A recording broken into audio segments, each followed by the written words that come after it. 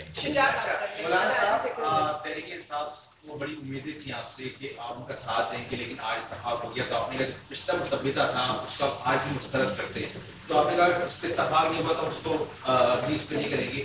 تو آپ کو لگتا ہے کہ آپ دیگر سیاسی جماعتوں کو جو ابھی آپ نے اتفاق کیا اس مصبیتے پر، دیگر سیاسی جماعتوں کو اس پہ اتفاق کروا دیں گے؟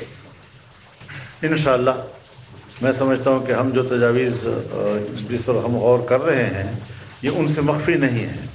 ہم نے ان کے سامنے اپنا جو تجاویز کا خاکہ تھا وہ ان کے ساتھ شیئر کیا تھا، اور ہم مزید بھی ان کے ساتھ مسلسل رابطے میں رہے ہیں، اور اب جس چیز کی طرف اتفاق کرایا جائے گا وہ بھی ہم ان کے سامنے رکھیں گے. انشاءاللہ العزیز ہم پورے ایوان کا کنسنسس حاصل کر سکیں گے.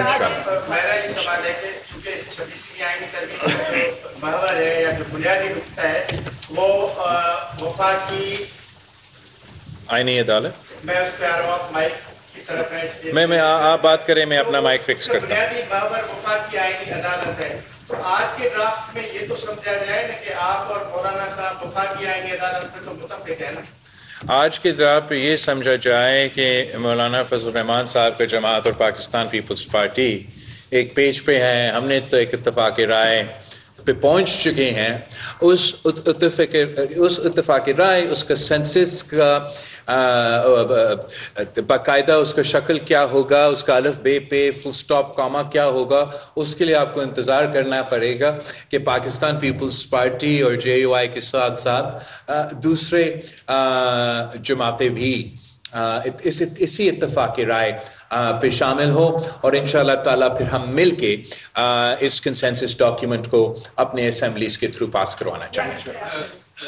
چیئرمین صاحب، آپ 2006 سے اس کا ویٹ کر رہے ہیں آئینی عدالت کا، لیکن کیونکہ مولانا فضل الرحمان بھی مساک جمہوریت انہوں نے بھی دستخط کیا تھا، عمران خان نے بھی کیا تھا، لیکن کیا قباحت آ گئی کہ یہ ساری جو سیاسی پارٹیاں ہیں 2006 کا جو مساک جمہوریت کا آئینی عدالت کا جو آپ نے بل تیار کیا تھا اس کی مخالفت کیوں کر رہی ہیں؟ اور مولانا صاحب کیا فائد حصہ پہ آپ تیار ہو گئے آئینی عدالت کا جو چیف جسٹس بنانے کے لیے، یہ بھی ذرا بتا دیں. اپنے سوالات مختلف زاویوں سے بار بار نہ کیجیے. آپ جو چیز ہم سے کہلوانا چاہتے ہیں وہ انشاءاللہ نہیں ہوگا. میں ایک بات ذرا ریکارڈ درست کرانے کے لیے کہہ دوں. جمعیت علماء اسلام وہ میثاق جمہوریت کا دستخطی نہیں ہے، یہ بات ذہن میں رہے. بعد میں بہت سے فورمز ایسے آئے کہ جہاں پر جو ریزولوشنز پاس ہوئے انکلوڈڈ بائی COD، چونکہ وہ ہم نے منظور کیے ہیں، تو ظاہر ہے جس طرح کہ پیپلز پارٹی اور مسلم لیگ COD کے اپنے آپ کو پابند سمجھتی ہے، ہم بھی اخلاقی طور پر اس پر پابند اپنے آپ کو سمجھتے ہیں. تو یہ کاز جو ہے یہ کوئی صرف پیپلز پارٹی کا اب نہ رہا، مسلم لیگ نون کا نہ رہا، بلکہ عمران خان، ہم سب لوگ جتنے بھی مختلف مواقع پہ اکٹھے ہوئے ہیں اور ان فورم پر قراردادیں آئی ہیں، اور اس پہ COD جو ہے خاص طور پر جب لندن میں all parties conference Nawaz Sharif صاحب نے بلائی تھی تو اس میں بھی تقریباً یہی ہے کہ COD کا اس میں ذکر ہے اور ہم سب موجود تھے اس میں. تو یہ چیز مد نظر رہنی چاہیے کہ اصولی باتیں جو ملک کے لیے ہوتی ہیں، جمہوری نظام کو، آئینی نظام کو، آئین کی بالادستی کے لیے، تو یہ اچھی باتیں ہیں. ایک زمانہ تھا جب حزب اختلاف اور حزب اقتدار ایک دوسرے کو گرانے کی کوشش کرتے تھے، تو اس میں ایک اتفاق رائے ہوا کہ اختلاف رائے کریں گے، گرائیں گے نہیں ایک دوسرے کو. تو اس طریقے سے ہمیں اب آگے بڑھنا چاہیے تاکہ ملک کے اندر ایک مستحکم نظام چلے، اور جو ہمارے نظام کو غیر مستحکم بنانا چاہتے ہیں وہ مایوس ہو جائیں.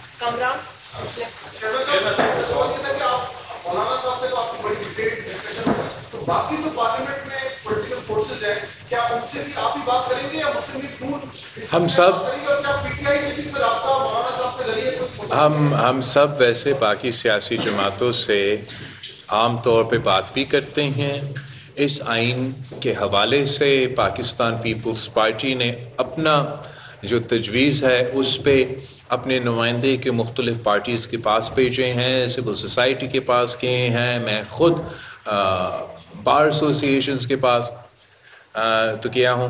جہاں تک پاکستان تحریک انصاف کی سوال ہے، ہم نے جو ہائی پاورڈ پارلیمانی کمیٹی بنایا جس میں تمام سیاسی جماعتوں کو برابری کی نمائندگی دی، وہ اس لیے ہم نے سوچا کہ وہ ایک اچھا پلیٹ فارم ہوگا، ایک مناسب جگہ ہوگا جہاں اگر ویسے تو عام طور پہ تحریک انصاف ہم سے تو ہاتھ ملانے کے لیے بھی تیار نہیں ہوتے، بات کرنے کے لیے تیار نہیں ہوتے، مگر اس فورم جب کہ موجود ہے تو یہ فورم کے تھرو ہم ایٹ لیسٹ کم از کم وہاں ایک دوسرے سے بات کر سکتے ہیں.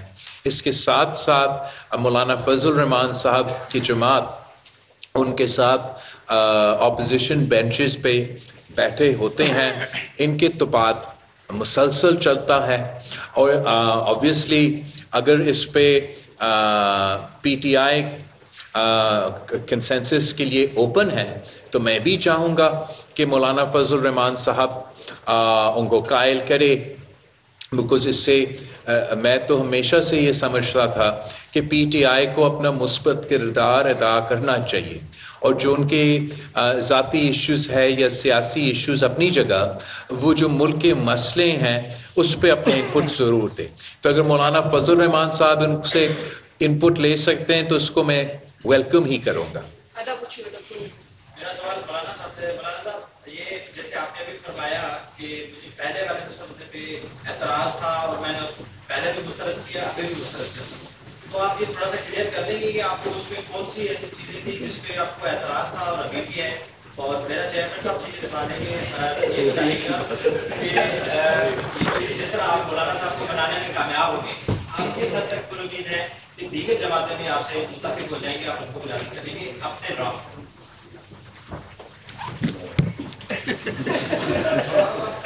ایک بات جو میرے خیال میں بڑی سنجیدہ انداز میں آپ نے کی ہے، منانے میں کامیاب ہو گئے.